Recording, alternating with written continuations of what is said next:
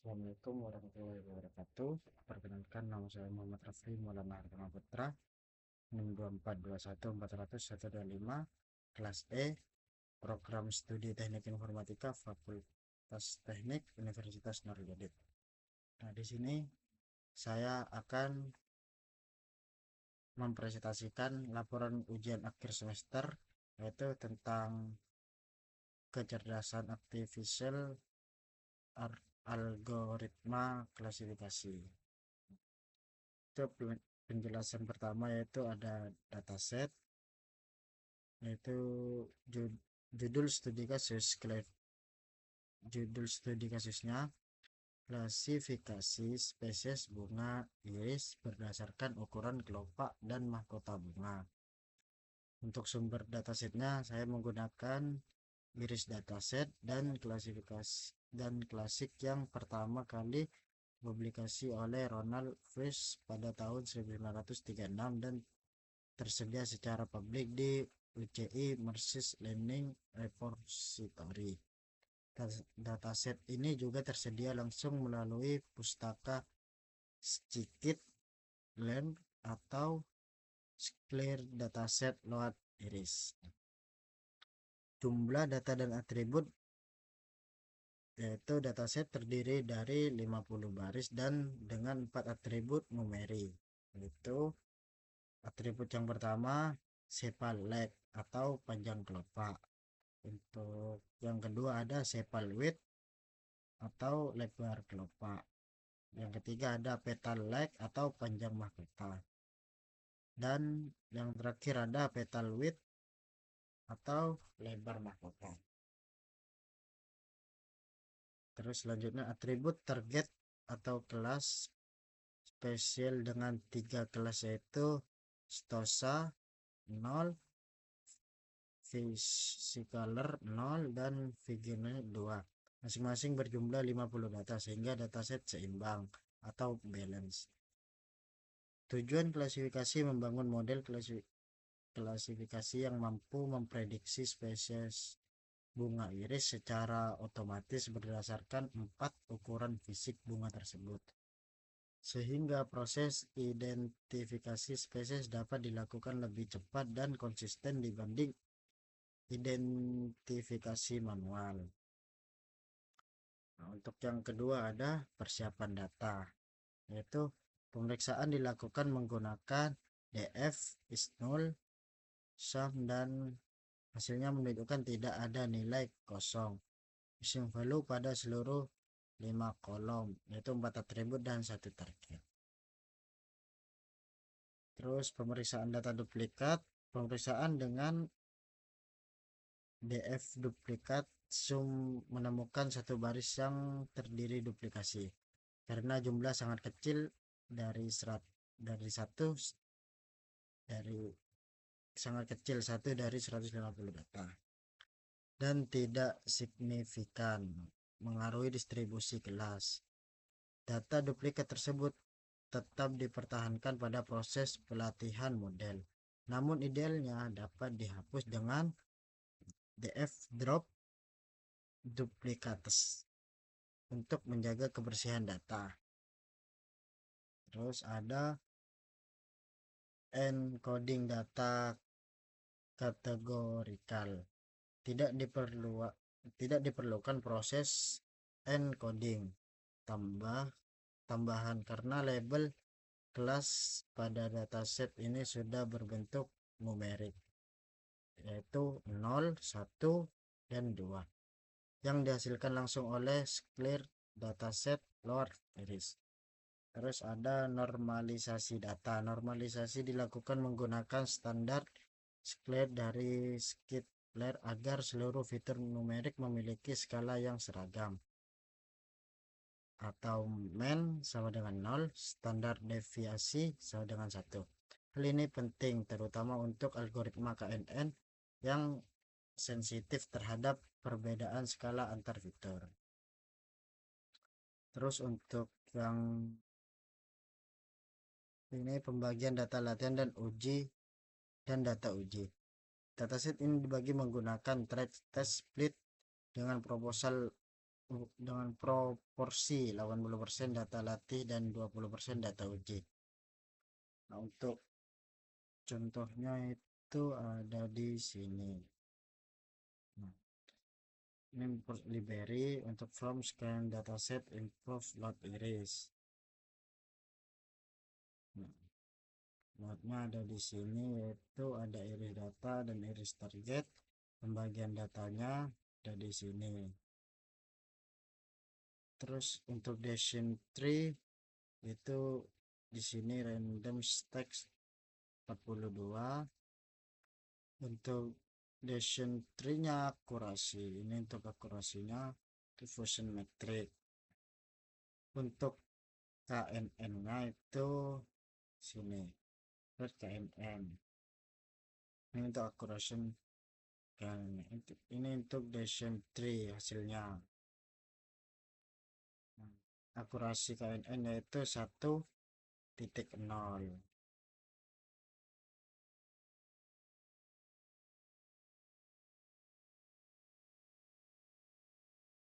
Terus kita kembali ke materi. Yang ketiga ada penerapan algoritma, yaitu decision tree classifier. Alasan pemilihan decision tree dipilih karena mudah diinterpretasikan atau dapat divisualisasikan sebagai pohon keputusan. Tidak memerlukan asumsi distribusi data tertentu dan mampu mengenali data numerik dengan baik. Yaitu proses pelatihannya seperti ini. Menghasilkan prediksi kelas untuk 30 data uji, seluruh prediksi 30 banding 30 sesuai dengan label sebenarnya. Semacam ini itu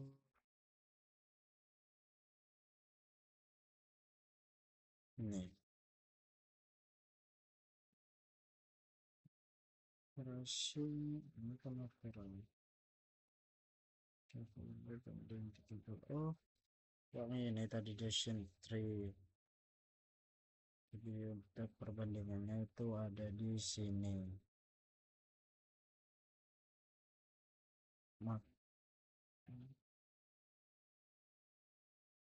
Maka hasilnya jadi 1.0.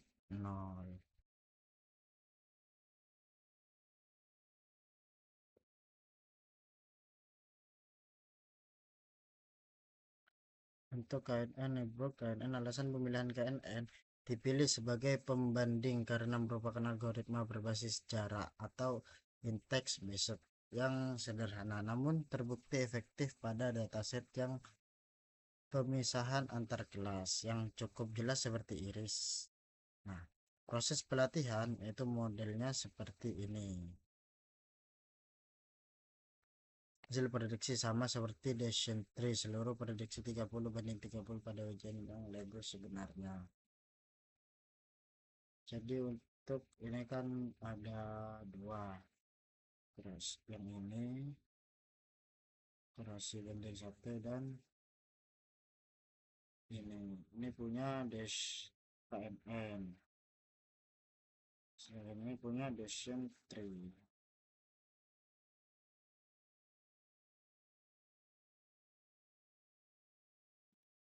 Evaluasi hasil pembanding performa kedua algoritma pada data uji ditunjukkan pada label berikut, yaitu algoritma akurasi. Untuk algoritma decision tree akurasinya ada di 1.00 dan precision itu ada 1.00 dan rekal ada di 1.00 dan F1 score itu ada di 100. Untuk KNN sendiri atau K3, nah itu sama aja untuk hasilnya. Terus function metric decision tree, untuk aktual sentosa, yaitu ini atributnya. Yang sentosa itu prediksinya 10, terus prediksi untuk prediksi vesicular itu 0, dan prediksi virginica itu 0. Sedangkan versicolor itu prediksi setosanya itu 0, dan prediksi versicolornya itu 9, dan prediksi virginica itu 0. Sedangkan virginica itu prediksi setosa itu 0, prediksi versicolor itu 0. Untuk prediksi virginicanya itu ada 11. Dan untuk contohnya ini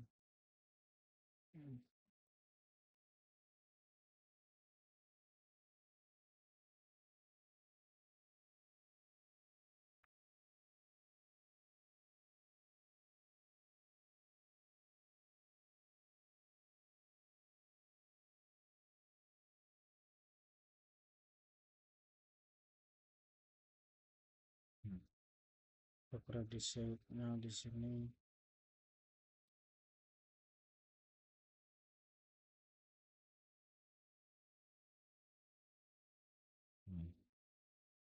Nol semua.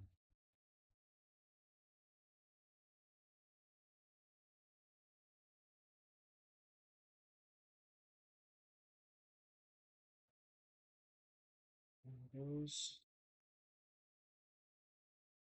ada function metric and n ketika itu sama aja. Oh, ini decision tree, dan ini function KNN. Ya, hasilnya sama seperti di atas. Jadi analisis hasilnya yaitu kedua algoritma decision tree dan KNN menghasilkan performa yang identik dan sempurna pada data uji akurasi, precision, dan recall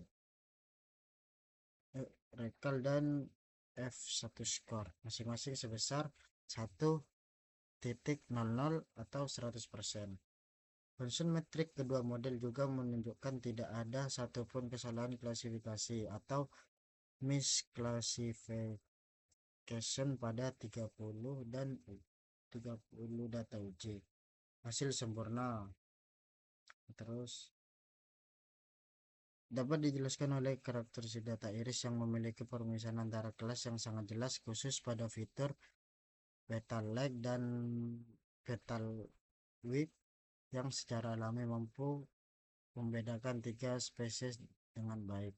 Selain itu, ukuran dataset yang relatif kecil dan proses normalisasi data turun mendukung kedua algoritma mencapai hasil yang optimal. Karena hasil kedua model sama persis pada pembagian data ini, tidak ada algoritma yang secara signifikan lebih unggul untuk kasus khusus ini, sehingga pemilihan algoritma terbaik yang mempertimbangkan faktor lain seperti interpretabilitas dan efisiensi komputasi. Nah, itu untuk kesimpulannya di sini, berdasarkan hasil eksperimen dapat disimpulkan bahwa kedua algoritma klasifikasi decision tree dan Knightboard atau KNN berhasil mengklasifikasikan spesies bunga iris dengan tingkat akurasi 100% pada data uji. Terus yang kedua ada, karena performa kedua model identik pada dataset ini, algoritma terbaik dapat dipertimbangkan berdasarkan kebutuhan penggunaan. Decision tree lebih unggul dari sisi interpretabilitas karena hasil keputusannya mudah divisualisasikan dan dijelaskan. Sedangkan KNN lebih sederhana secara konsep namun bergantung pada pemilihan nilai K dan skala data. Untuk kelebihan decision tree yaitu ada dua. Yang pertama, mudah diterapkan dan divisualisasikan. Yang kedua, tidak memerlukan normalisasi data. Terus untuk kekurangan decision tree yaitu rentang overfitting terutama pada dataset yang lebih besar dan kompleks jika kedalaman pohon tidak dibatasi. Untuk kelebihan KNN sederhana dan mudah diimplementasikan, tidak memerlukan proses pelatihan atau lazy learner.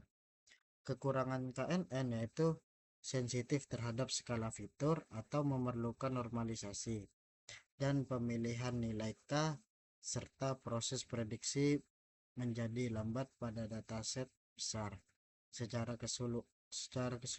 keseluruhan, dua algoritma terbukti sangat sesuai untuk kasus klasifikasi dengan kelas yang terpisah, jelas, dan dataset iris. Untuk contoh codingannya itu semua sudah ada di sini. Yaitu saya di sini menggunakan dataset iris lalu diprogramkan menggunakan Google Colab dan dihasilkan dengan penjalanan Python. Nah, kita bisa menggunakan apa? Oh, kita bisa programnya itu dijalankan codingannya. Nah, itu menggunakan Python. Untuk kode-kodenya semua lengkap di sini sudah. Mulai dari KNN, akurasinya itu semua hasil-hasilnya sudah ada di sini semua. Nah, jadi sekian dari saya, kurang lebihnya mohon maaf. Assalamualaikum warahmatullahi wabarakatuh.